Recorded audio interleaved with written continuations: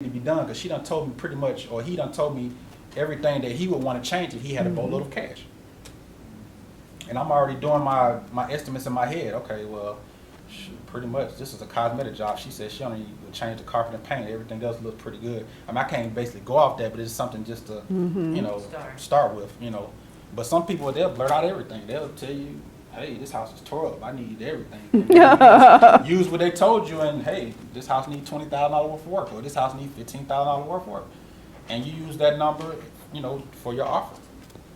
And the good thing with that is that no matter what, if you were to talk to William and I'm sure he has a different price point he will deal with. Like some wholesalers say, I won't do a deal unless I'm making $10,000. Another wholesaler will say, you know what, I'll take that deal as long as I can make a couple of thousand. So you also want to build relationships with people, because you may be passing up a deal that would be perfect for him, and I may not want it, or it'll be perfect for me and he may not want it. So be open to just like not looking at it like, okay, if this doesn't work for me, I'm just not going to deal with it. Right. You're here where there's over 500 investors, and I guarantee you, if you have the right deal, you market it, somebody in here is going to take it. Okay, so that's important to pay attention to. We have a couple more minutes to kind of role play some of your situations, because we really wanted you to be able to share some of the conversations you're having, and we can help you with the answers to that. So anybody has a conversation that they've had with a seller or a wholesaler that they didn't know what to say, because one of the reasons we came up with doing this, we were talking to somebody at the general meeting, and one of the things she said is if the numbers don't work for her, she just doesn't even bother. And I said, well, how do you know the numbers don't work? Because you don't know their motivation. So if a person can say to you on the phone, I need to get 40,000, but you don't go into their motivation, that same 40,000 turned into 20-something thousand because he kept digging for the motivation. And where some investors just say, you know what, I'm walking away. They said 40,000, I only wanted to pay 20, I'm out of here. That's a deal you just left for somebody else to take. So this is a great time to share some of the things you're going through and how we can help you with it. Anybody got a deal they're working on right now, or a deal that they've been talking to a seller and they don't know what to do with it? Okay, this is the seller. I want 125,000. That property's worth 70,000. Put 25 in. So now he wants to get rid of it. He don't want to put any more repairs. He's done repairs, but not the repairs that should have probably been done. But he just wants out of it. And he's sick and he wants out the property. But is he really motivated? Because you just said he wants 125 and they only sell for 70. Well, he owes 70. He owes 70. Okay, it's only worth 115. It's worth 115. And he owes what? He owes 70. But okay. he don't want to take less than 125. Okay, William, I'll let you have that one. That's average though, isn't it? That type of scenario? Mm-hmm. Yeah, it is kind of average. Mm-hmm. And it just seems like he just pretty much not just motivated, just point blank. Sometimes it's not even worth wrestling back and forth with people. He just doesn't. I mean, if the numbers don't work, they don't work.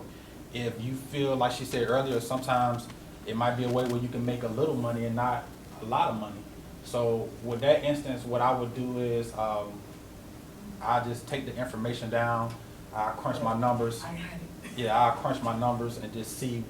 And going back to the earlier conversation, you always, when you're coming in with the offer, you want to always write down what is the max that you're willing to go on a property.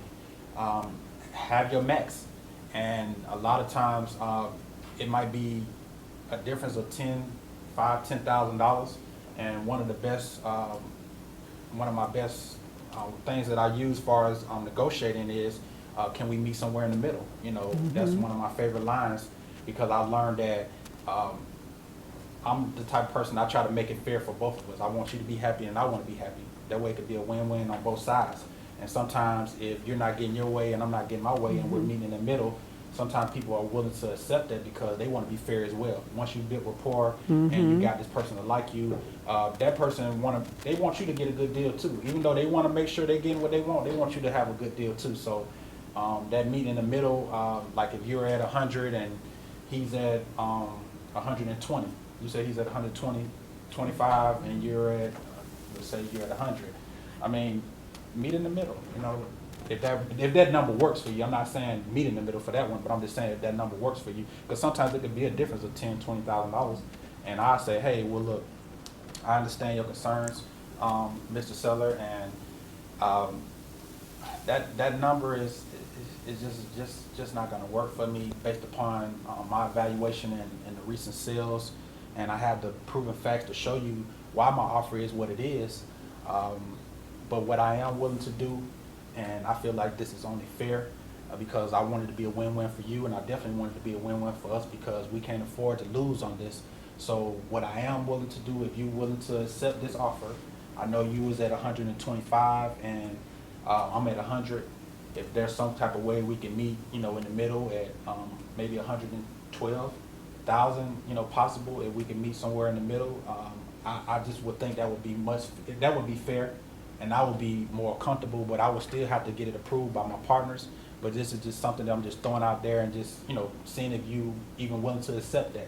And if you are willing to accept it, maybe I can take this number to my partners and see if it's something they're interested in moving forward, and I can get back with you as soon as possible, and we can see if we can work this out. But are you willing to meet me in the middle? I mean, I feel like that's fair. Are you willing to work that out with me? Yep. Okay, great. Well, let me just see if I can, you know, get it back to my partners, see what they say. See if this number works for us because, you know, I'm just kind of writing down notes right now, just kind of getting everything in. I know they was kind of set at this 100,000 mark, but let me see if 112 will work. It may work, it may not work, but let me find out and I'll just get back with you. Is that okay? What about the the room? You can make the bathroom and you can make this like a master suite over here. Yeah, Don't you think that'll make it 125? I understand, Miss Seller, but you gotta understand that you're putting me back to work now. You read my mind. I was going to say the same thing. Yes. So, you know, you gotta be fair with me. I'm gonna be fair with you. In order for us to get that 125, 130, you gotta understand that room has to be complete. So we have to put that money back into the property to make it to where, you know, the property can sell. And the blessing that you have is you don't have to do that repairs. I'm left with that. I'm left with that job. So you don't have to worry about no repairs. I told you earlier that we're going to take care of all of your closing costs. You don't have to pay me no fee. I'm not a realtor or agent. You're not obligated to have to pay me nothing else. Whatever this price that we are set on, that's the price you're going to net at closing. And I just feel like that's a win-win for both of us. I really do, Mr. Seller. Don't you agree? Yep. Okay. And it's all in the question asking. And I just like to add to that, when I have situations like that, I'll ask the seller, Mr. Smith, what are you looking for that? We seem to have a difference of whatever the number is, 10,000, 5,000, 20,000. We have a difference here. So let's say it's 5,000. I'd say, Mr. Seller, what do you need that extra money for? Because you'd be surprised. I've had somebody say I needed to move. And I was able to get a church to move him for free.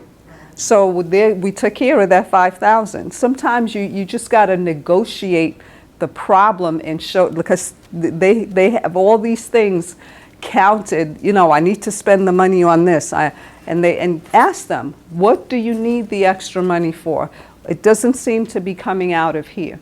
And if it's something you can do, offer to do it. But if it doesn't make sense for you to do it, you still want to keep building rapport, and you want to have the scripts, just like he said. I would have said, given the same answer. You know, right, you're telling me if this was a bathroom, if this looked like that, we could get more money.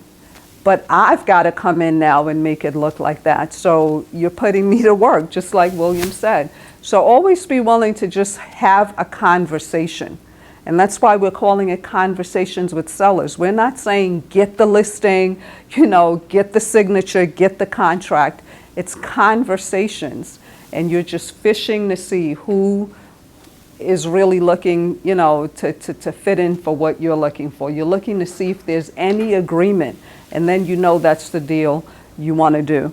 But another reason that people don't focus on conversations is because they're not doing the other stuff that they need to do so they can have more deals. Like I say to people all the time, if you're doing a yellow letter campaign, it's not a campaign if you send out 3 letters.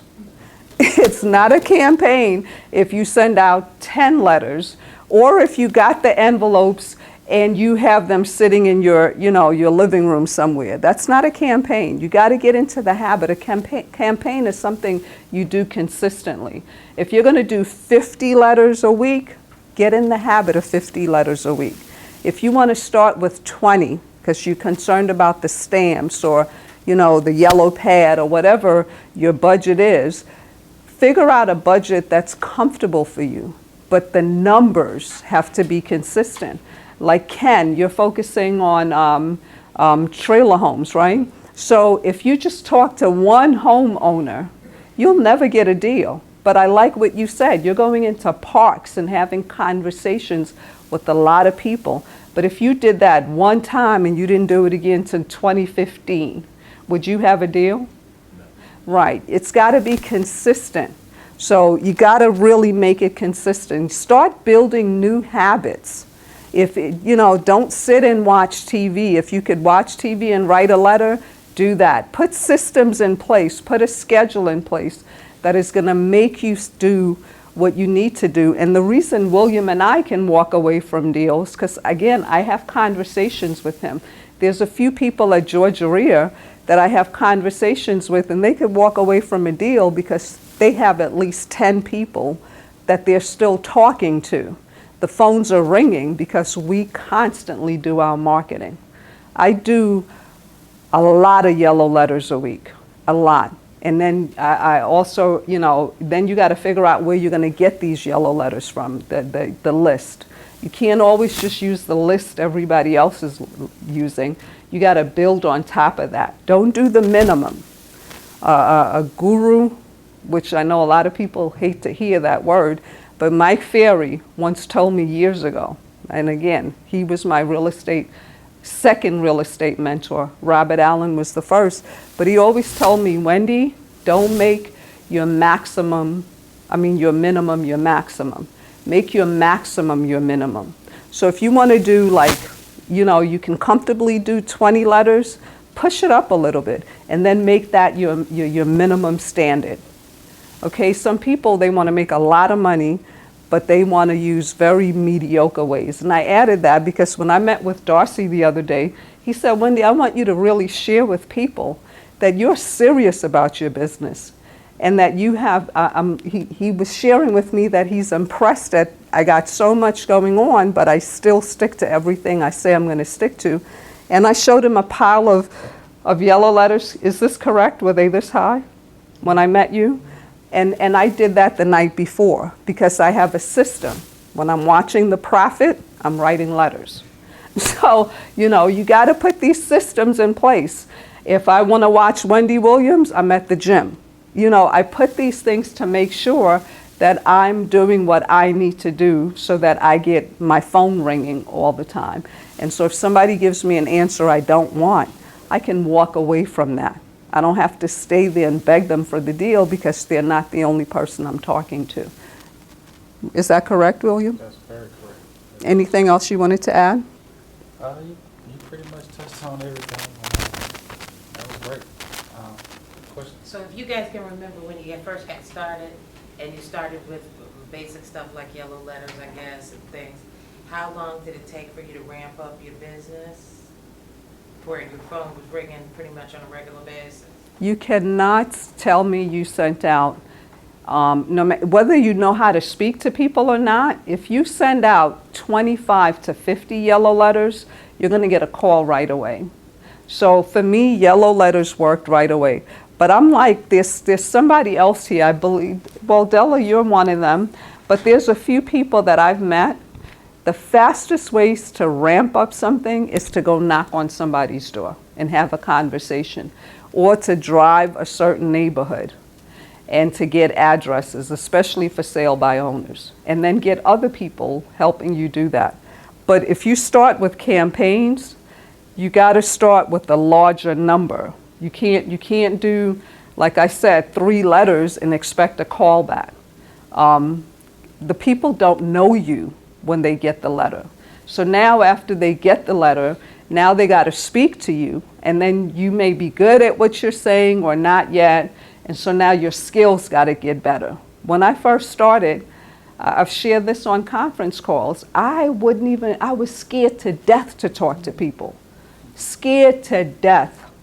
And I would not talk to people at all. And Robert Allen, I went to a conference, and one of the first things he said to me is, you don't know how to talk to people. You are afraid to ask. And you're not going to succeed if you don't learn to ask. So the next morning, bright and early, I was put in the middle of the street in San Diego.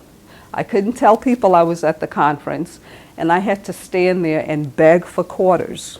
Tell people, please, can you give me some change? Can you fill my cup? Because he wanted me to get in the habit of talking to total strangers and asking.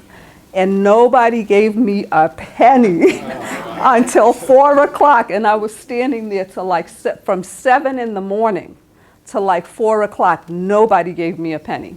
Because people were walking by saying, she got on alligator loafers. She don't need no money. Look at her sweater. She got on tweed pants, like they were judging me.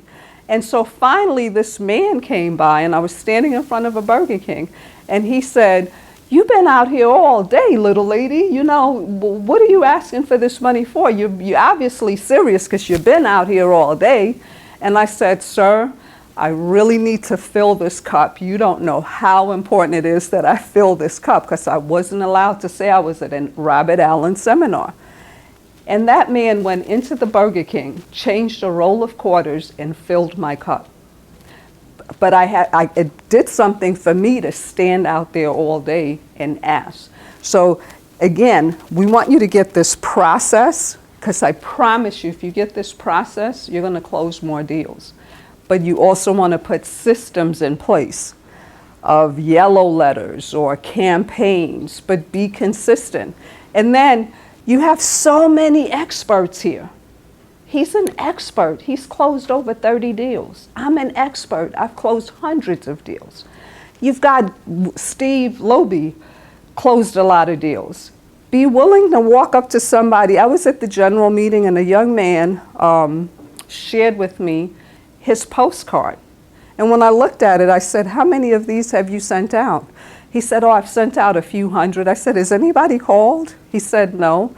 And I said, I can tell you why. And when I looked at his postcard, it had all the legal jargon on there, but it had nothing that said, I want to help you. So be willing to come up to us and say, look what I'm doing. Can you give me some advice? Because that's what we're here. That's what Georgia is all about. We're here to help each other.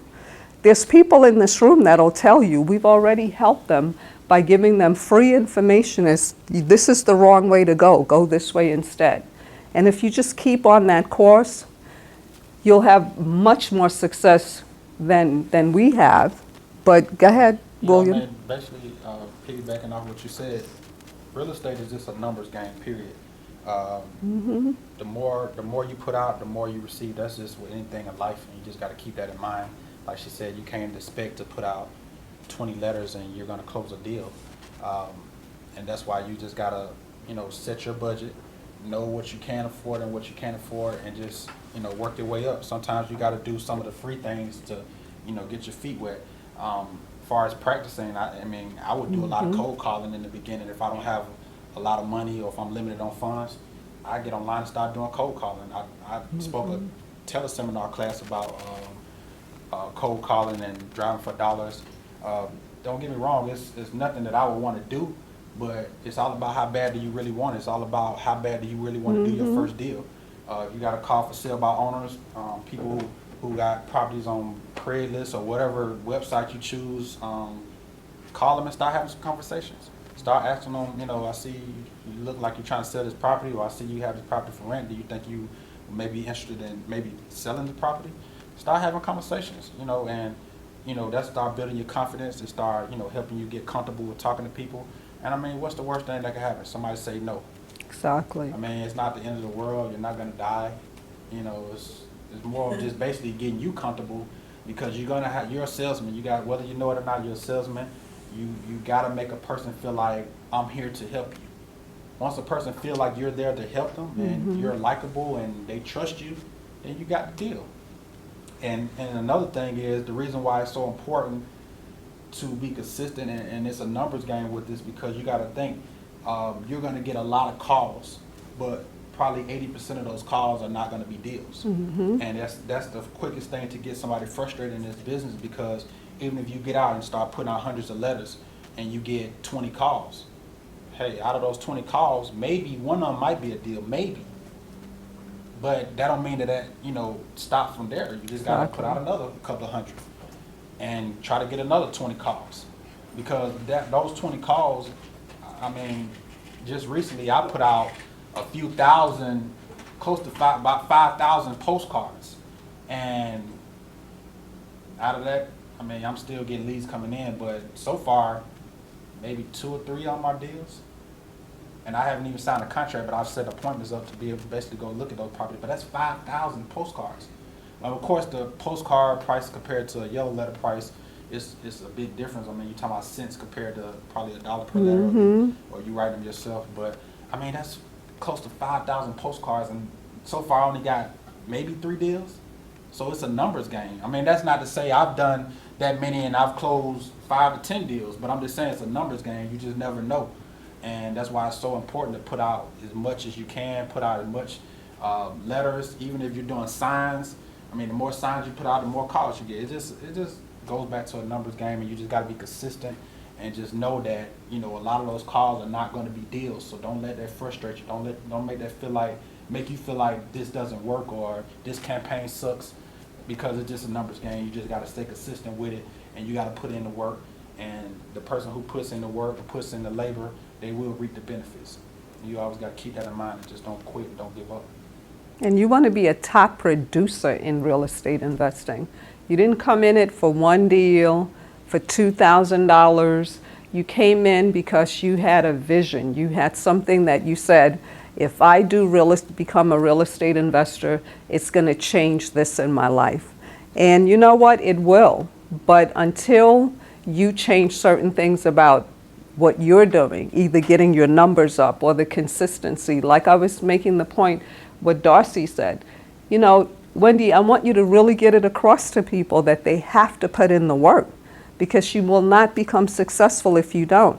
And I would encourage you, if you have YouTube, go to our YouTube channel, listen and watch the videos that we've put out there. And I'd also encourage you to listen to this book called The Power of No. It's so important because it shows you, most people are afraid of a no. But you know what? The more no's you get, it brings you closer to your yes. One yes can be a $10,000, $20,000 deal. So it doesn't matter if you spent $200 for your mail out. It's getting you closer to now spending $50 for your mail outs and still making $10,000, $20,000 on a deal. So welcome the no's. When people say no to me, I say thank you. Yes, I'm closer to my yes. You know what I'm saying? Yes. I just would like to add, in my business, even if it's not real estate, for me, no, a change the meaning is new opportunity. A no is a new opportunity. Actually, I get excited because I'm like, okay, so what happened? How I can? Where did I miss? Where did I miss it? And when you learn how to deal with rejection, Exactly. you jump straight from 99 to the top 1%, because rejection become a lifestyle.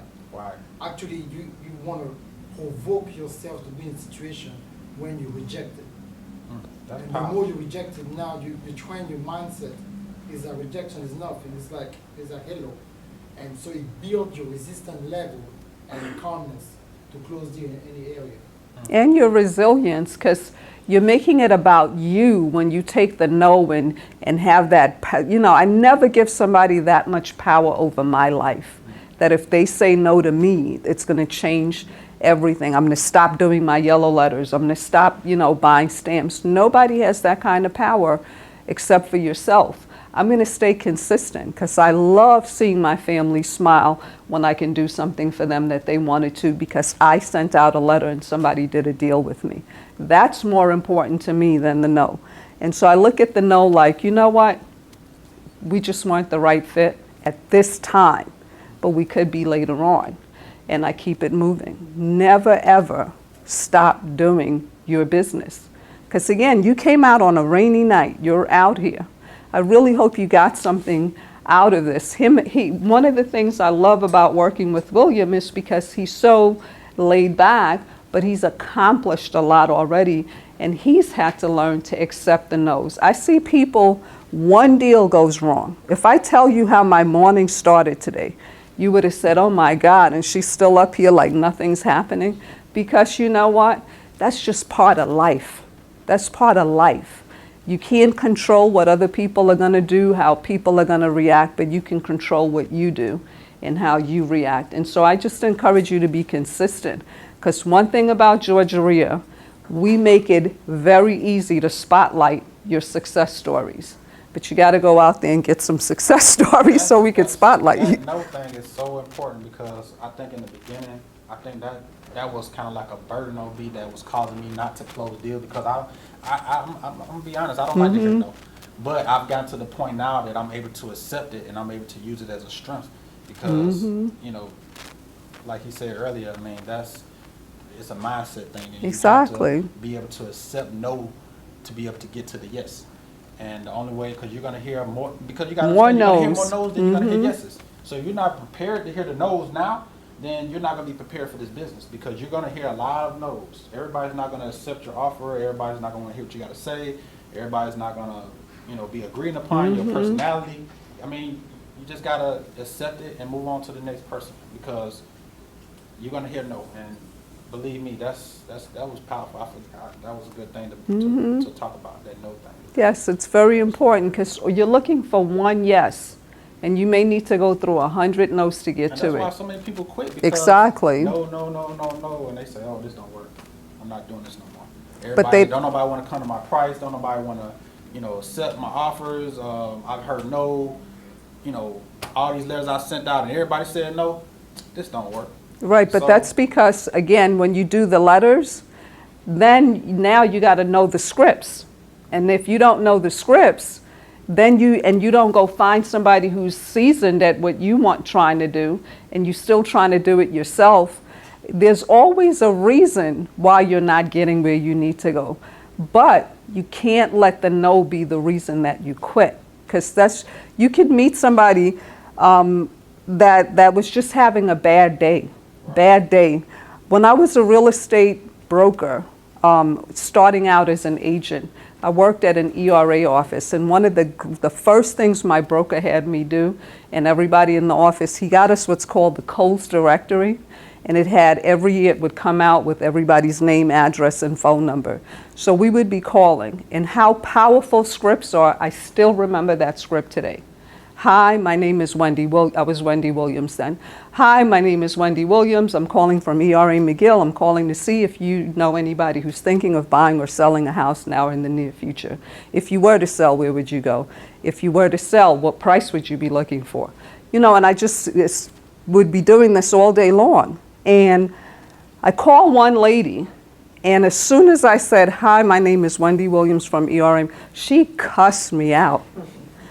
I mean, used all the words, and when I say F you, I mean forget you, but she meant the other F you, okay? She was just like all over the phone, just breaking on me, and it shocked me for a minute. I was like, how evil is this woman? And I was scared, and I hung up. And I sat there for a second, but I remember the top producer in the office was this guy named Abraham, and he had like 25 listings sold. And I'm like, whoa, I got to beat him. And I said, what would Abraham do? And I called that woman back. I said, excuse me, ma'am. And she started cracking up. I said, well, what's so funny? She said, I do that to every realtor and nobody's ever called me back. You're the first one. So, it was just a growing process for me, and I never, ever let what's going on with somebody else affect me. And I want you to get that. So the scripts, and building rapport and just having confidence in yourself that you've got all the support you need right here. Build your teams is another thing. Have a phone number you can call and say, you know what, I need to know what to say. I got a seller. Don't be afraid to have somebody get on the phone with you. We're here to help you, you know, and then hear what's being said. And as you keep learning, remember, we want to make doctor money. Doctors, what happens with doctors? They get educated for a lot of years. Then they got to partner up with somebody. They got to go work in somebody's hospital for dirt cheap just so that they can have that internship. And then they get chosen to work at someplace else. The internship is when you partner up with somebody who can coach you and hold your hand and kind of guide you. So how many phone numbers do you have in your cell phone that you can say, okay, let me call this person? Or will you only come to a meeting to get your information? When you leave here, what are you going to do with this information? I'm really hoping that you say, you know what?